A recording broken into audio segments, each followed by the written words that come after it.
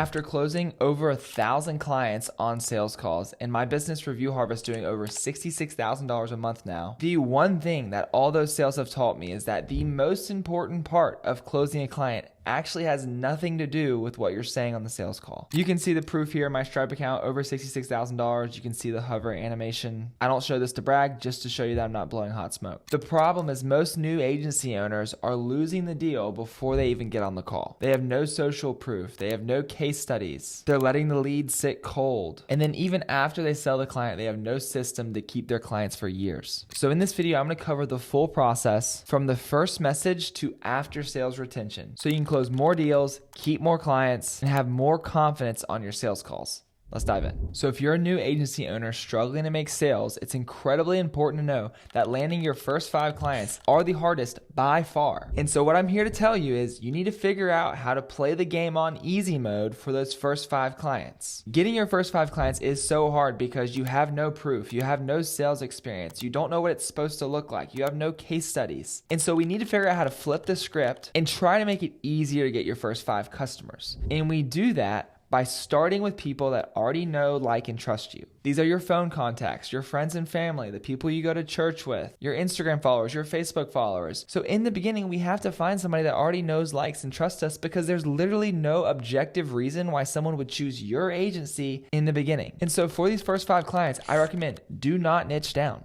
Do not niche down at all. Just meet with whoever you can meet with and talk to business owners and solve whatever problems you can solve. Later on down the line, you can niche down who you serve and pick a specific avatar. You can also niche down your service and pick something specific as well. But in the beginning, we want to get the first 5 clients no matter what it takes. And so that means do not niche down. Do not have a product that you're trying to sell them specifically or a specific service. Just sit down in front of business owners, whoever will give you the time of day, and offer to solve whatever problems they have. If you know tools like High Level, or you know how to use AI, you know how to build websites or anything like that, you'll be sitting there thinking of all the things that they don't know how to do, that they're struggling with, that you can solve with High Level or with AI. And the great part about starting broad and just trying to start with your warm audience and local people in your area is that now we can start to build some social proof. So now that we've made it as easy as possible for you to get your first 5 clients, we want to use those 5 clients to get reviews, case studies, video testimonials, and everything that we can to make it easier to go sell to colder and colder audiences who might not already know, like, and trust you. After I've exhausted my phone contacts and my warm network, and then I've also exhausted my local area and tried to reach out to as many local business owners and sit across the table from them as possible, the next step I recommend you take is cold Facebook groups. So I was able to go from like 0 to 200 customers in a little bit over a year, and about 50% of that came from Facebook groups. And so the process is incredibly simple. You want to find groups that have your ideal clients in them, right? So you can see tree service companies, tree business, junk removals, Salt Lake City business owners, Green Rhino Academy, that's a carpet cleaning one. We can see Jobber Marketing Pros. This is full of a bunch of home service business owners that use Jobber. West Coast Cleaners Group. This is a group of carpet cleaning and floor cleaning companies. You can see a Booking Koala group. Booking Koala is a software that cleaning companies use. And so I always recommend either find groups that have a couple thousand people of like a specific type of business that you know you serve well, or go join a software specific group that you know their main avatar that software serves is someone you can help out. Hey guys, just a quick one here. Inside the High Level House, Udin landed 3 clients in his very first month, each paying him $297. If you want a simple, scalable business model offering reviews, websites, and SEO to local business owners, sign up with Go High Level down below in the description with my link. You'll get an extended 30-day trial instead of the 14-day trial, and you'll get free access to my paid community, the High Level House. Now back to it. And so, for example, with Booking Koala, if we help home cleaning companies, car detailing companies, poop scooping companies, gardening companies, this is a great group for me to be in because it's got 16,000 members in it that I can essentially text and ask if they're interested in my service. And when I say text, I mean we can send Facebook messages to them. So many business owners nowadays are still on Facebook Messenger, and they even have their notifications on their phone.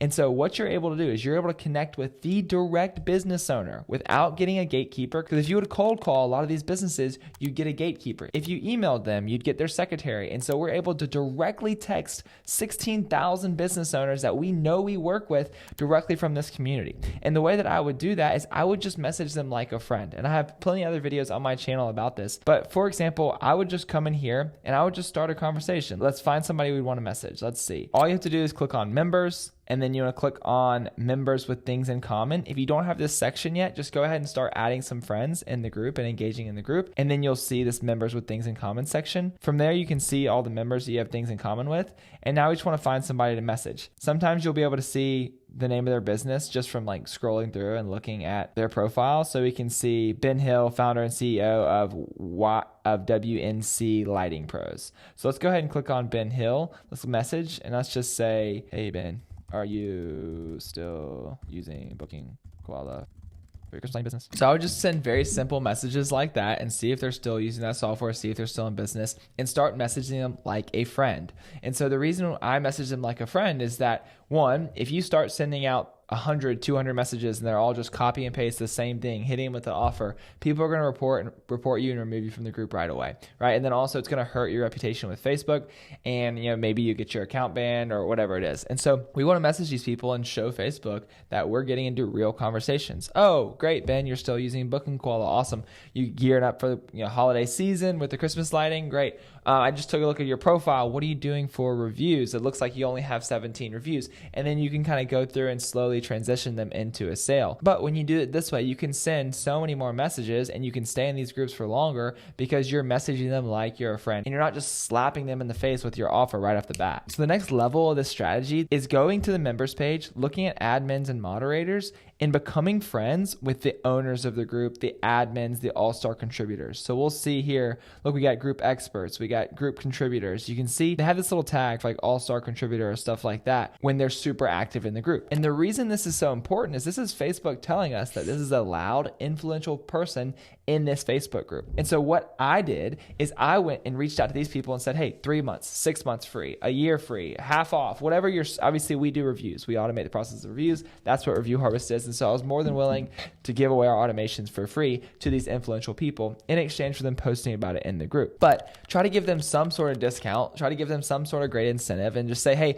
I want to do this for you. Only thing I ask for in return is if you could just post about us in the group if we're able to help you out and get you great results. And what happens is these are the leaders in the group. And so when they start posting about it, people just start following the leader. Right? So I would have mornings where I'd wake up to 4 people signing up card on file without a sales call to Review Harvest just because one of the most influential people in that Facebook group made a post about me. All right, so now that we've talked about getting in front of these business owners, getting their attentions to get them on a call, I want to share with you the biggest hack that I've found in sales, and it is speed. Speed is the closest thing to a cheat code in sales that I've seen. Because think about it this way.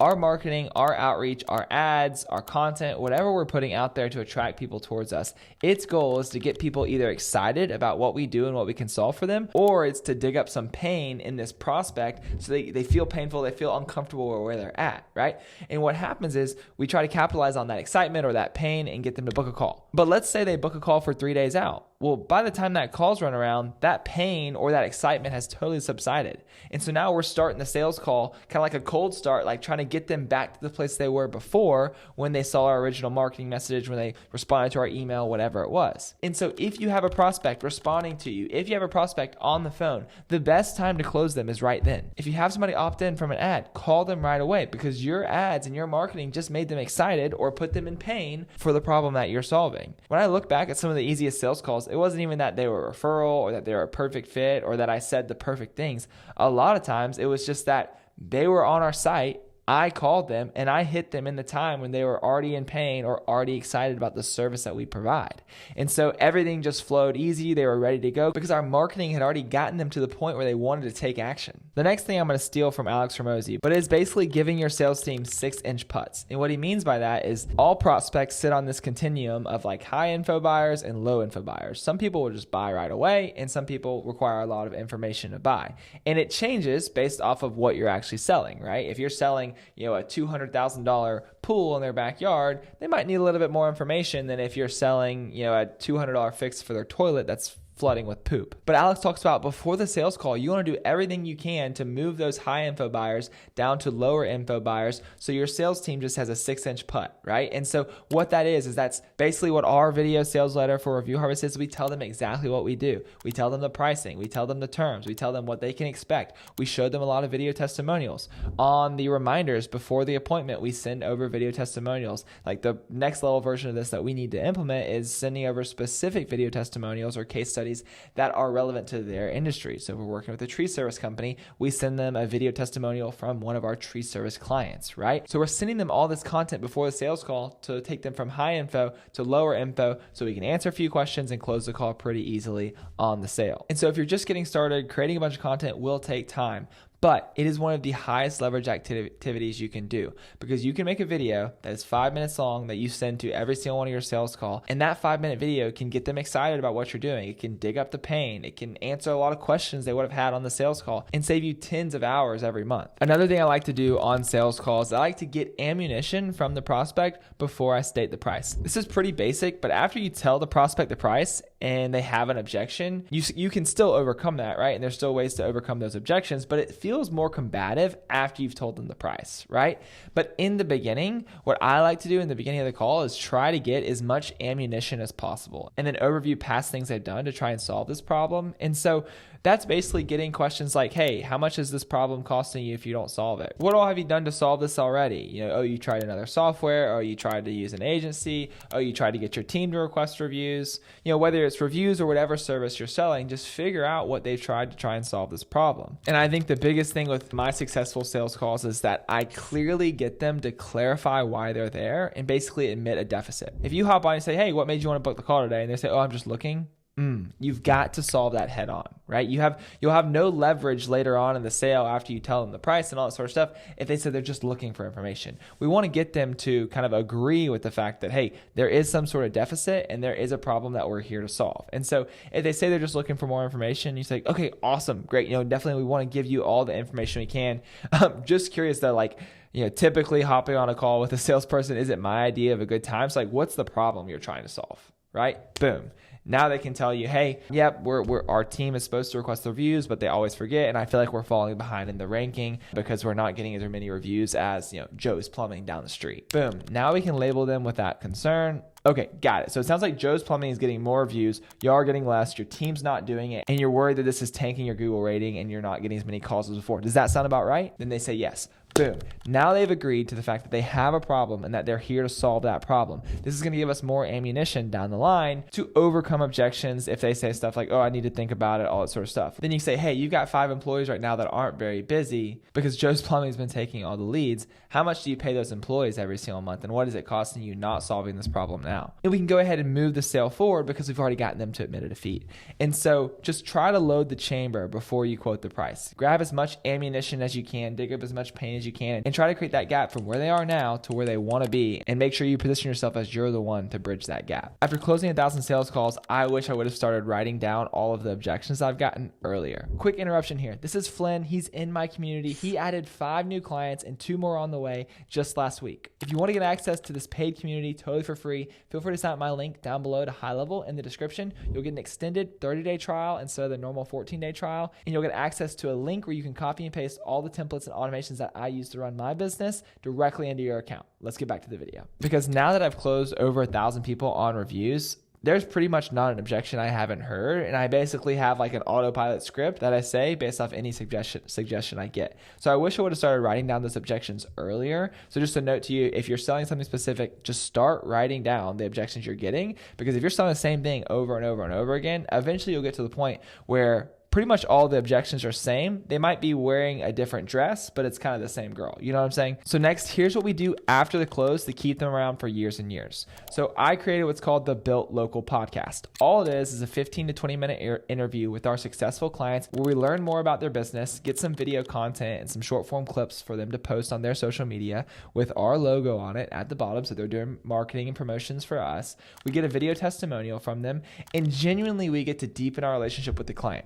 One of the real reasons why I started doing the Built Local podcast is because I'm getting off sales and onboarding calls. And so I don't interact with as many customers as before. And I still want to learn what our clients are thinking about. What are the problems they're facing? How are we helping solve them? How can we help solve more of them? And so literally in our high level sub account, we have a trigger once somebody hits a certain number of reviews where we invite them to come on the podcast. The cool thing with our industry is that a lot of these business owners have never been on a podcast. So they show up super excited, sometimes like suit and tie, like, hey, my kids are excited because they said dad's going to be on a podcast, and so it's really cool to see how excited they are. It deepens our relationship and it lowers churn because we're getting content for them. We're getting video testimonials. And then after this interview, when I learn more about their business and then ask them their experience with Review Harvest, I get a raving testimonial typically. Then they've just been raving about us. We just asked them about their business. They're feeling good. They're kind of high on their horse.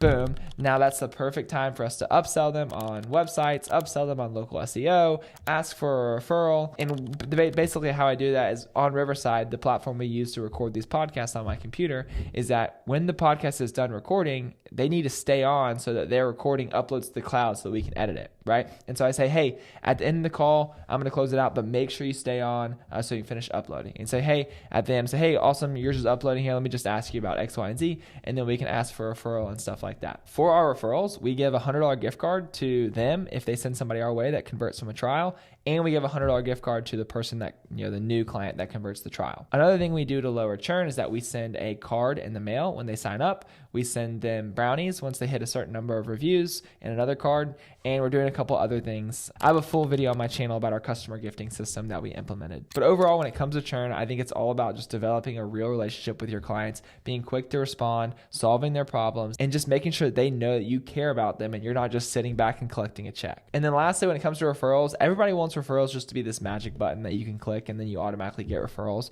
But in our experience, it's not. Typically, if you're face-to-face, you're on a support call or something kind of in person, that's the best time to ask for a referral because they're right there with you. And it works so much better than just trying to automate a text and email process or whatever people want to happen with referrals. Thanks for checking out this video. I hope you enjoyed it. Over 60% of the viewers on my channel are not subscribed. So please smash that subscribe button down below if you're one of them and drop a comment down below if you have any questions at all. But if you enjoyed this video, YouTube also thinks you like this one right here.